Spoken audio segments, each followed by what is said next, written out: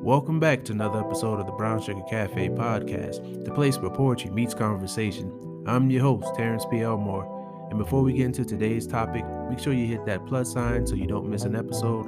Also, please subscribe to my blog, thebrownssugarcafe.blog, and if you find any value in this episode or any other episodes, make sure you leave a heartfelt review. So with that being said, let's get to it.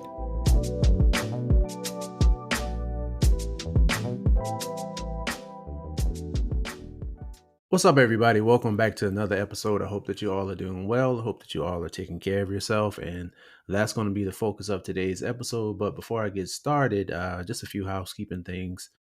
Make sure that you subscribe to my newsletter, The Common Flame. It's on Substack.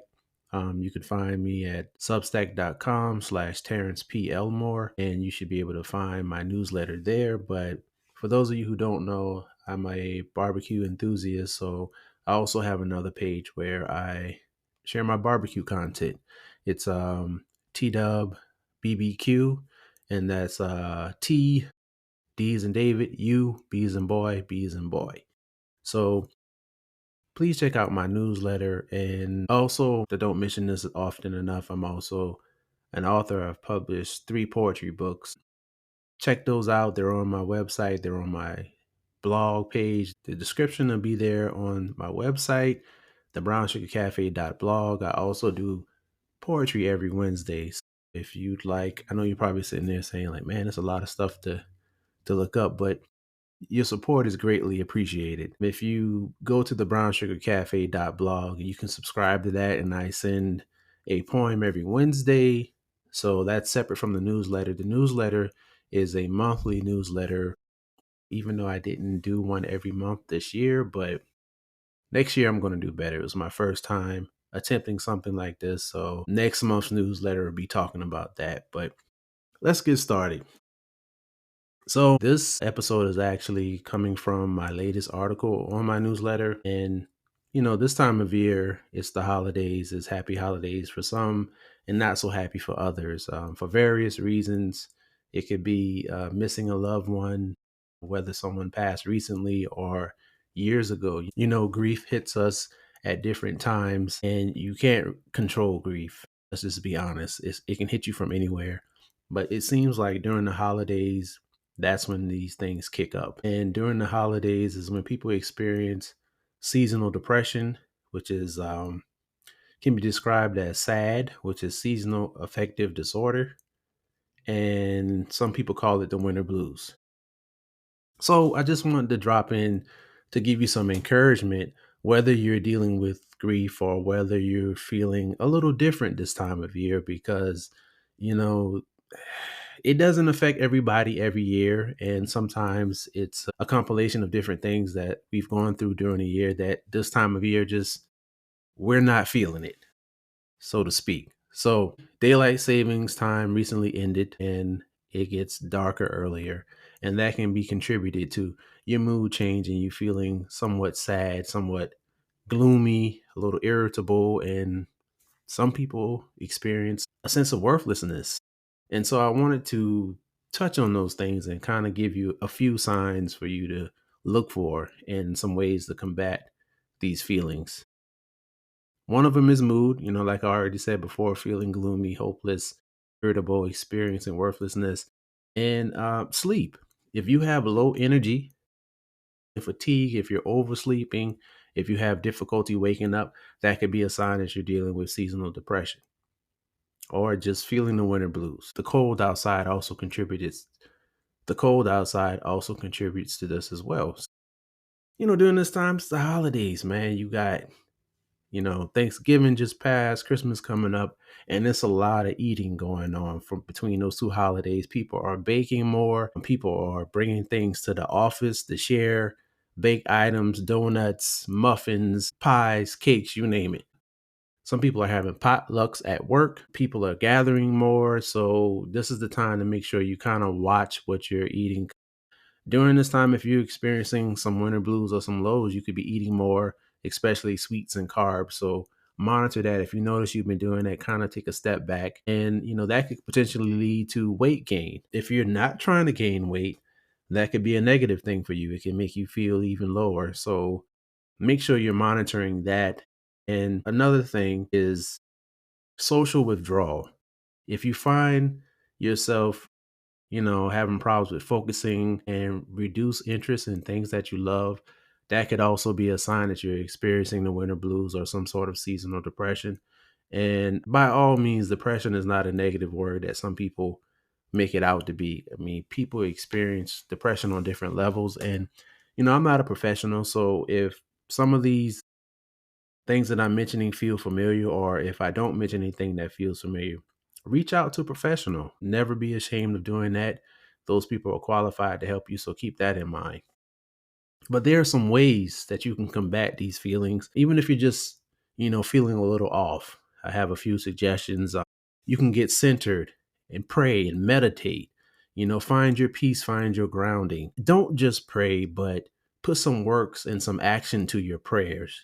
I can't stress that enough. Faith without works is dead. So you have to put some action with what you're praying for. So that's a big one. Move more, exercise more. I know it's harder to get out and go to the gym because it's colder outside.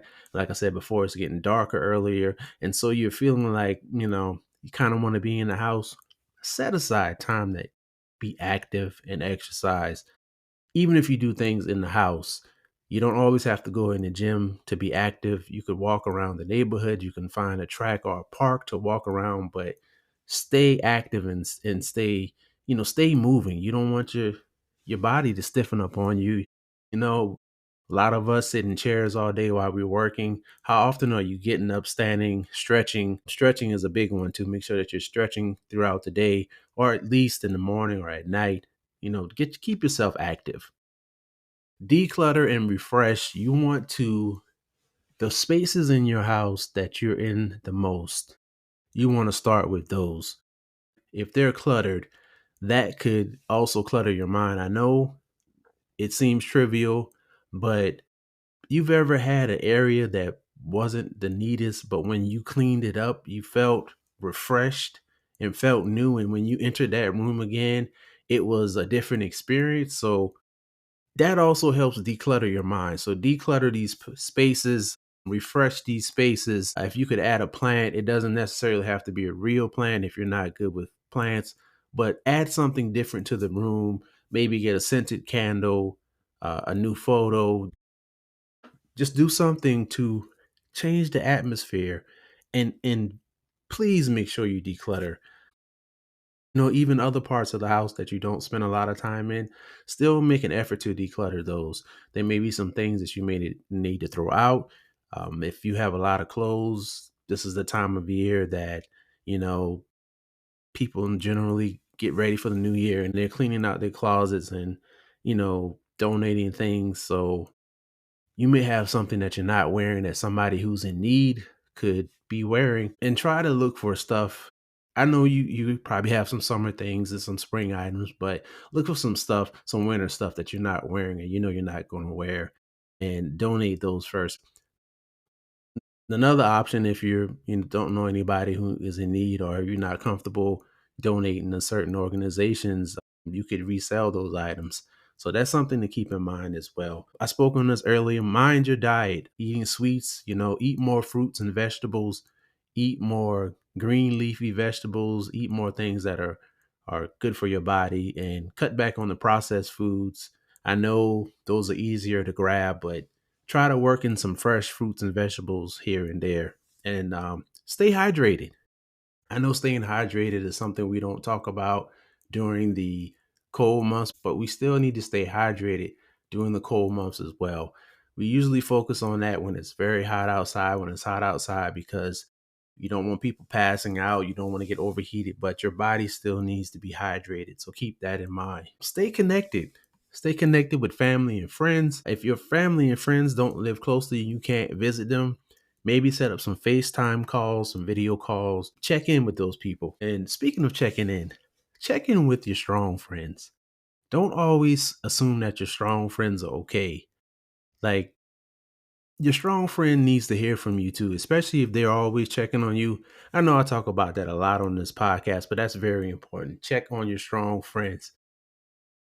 The strong friend goes through things too, and people sometimes rarely or not at all are checking on their strong friends. So even if somebody has checked on you and you haven't heard from them in a while, give them a call, shoot them a text, send them a message, but check on those people because they need you too. Okay, so keep that in mind. Check on your strong friends, check on your friends, check on your family. Just check in with people. If somebody crosses your mind, check on them. Shoot them a text, say, "Hey, I was thinking about you. I hope all is well." Or, "Hey, if you have the capacity to offer help to them, let them know, like, hey, how are you? How are things going?" Like, honestly, like, this isn't just a casual question. I really want to know how you're doing. So be intentional about that when you're checking on your people. Lighten your load.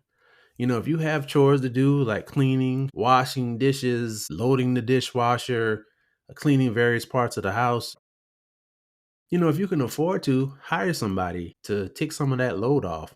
Doesn't have to be every week, but it could be maybe once a month. Lightening your load really does help mentally. It gives you less to think about. It helps you get focused. So think about that. And if you have friends or family members that can help you with that, that ties back into the decluttering. If you have a lot of things and you can't necessarily tackle it by yourself, reach out to people who can help you. There's also services available if you can afford to hire somebody to help you declutter. That's perfectly fine, but do what you need to do to get your mind at ease.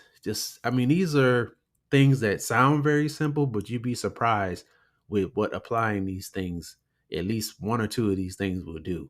Hold on to your joy. Stick with your hobbies and the things that you love. If you have an outdoor hobby and it's too cold for you to go outside, I understand that, but there has to be something else that you enjoy and that you love that you can do indoors. Expand your world, read more books, pick up new books to read. If you write, write. If you journal, journal. If you're into movies and TV shows, find a new TV show. I know that there are a lot of holiday movies are on, and you may not necessarily like holiday movies. We love holiday movies, no matter how cheesy they are. I don't know what it is about them. They're just fun to watch. But if that's your thing, put on a good movie. Put on something that one of your favorite things from childhood. We don't connect with our inner child enough. So maybe, watch one of those old Charlie Brown Christmas specials that you like, or it doesn't have to be Christmas specific, but do that. Connect with your inner child and make sure that you're doing things that are fun. And that's pretty much all I have. I just wanted to drop in real quick and check in with you all, make sure that you're doing well, and let you know that you're not alone. If you're experiencing grief or any type of sadness during this time of year, you're not alone. There's somebody you can reach out to, whether it be a family member or friend. There are online groups you can find, but please, please, please don't deal with these situations alone. Like I said, grief hits us all at different times. And if this is a time where the grief is really hitting you, just talk to somebody.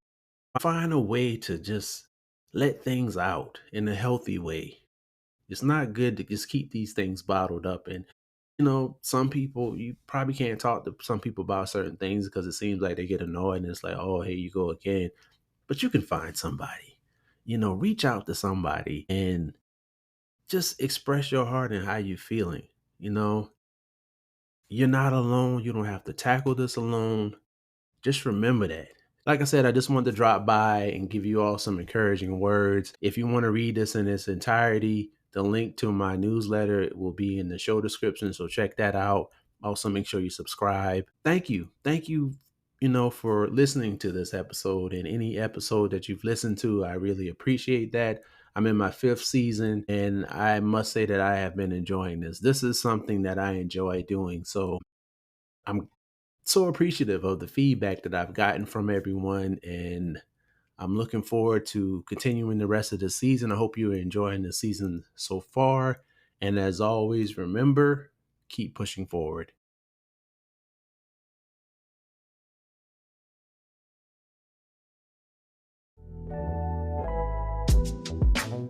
Thank you for tuning in to another episode of the Brown Sugar Cafe podcast. Once again, I'm your host, Terrence P. Elmore, and this is the place where poetry meets conversation. Hit that follow button and turn on your notifications so you won't miss an episode. Check out my blog, thebrownsugarcafe.blog. Also connect with me on Instagram at thebrownsugarcafe. Hope you enjoyed this episode, and as always, remember, keep pushing forward.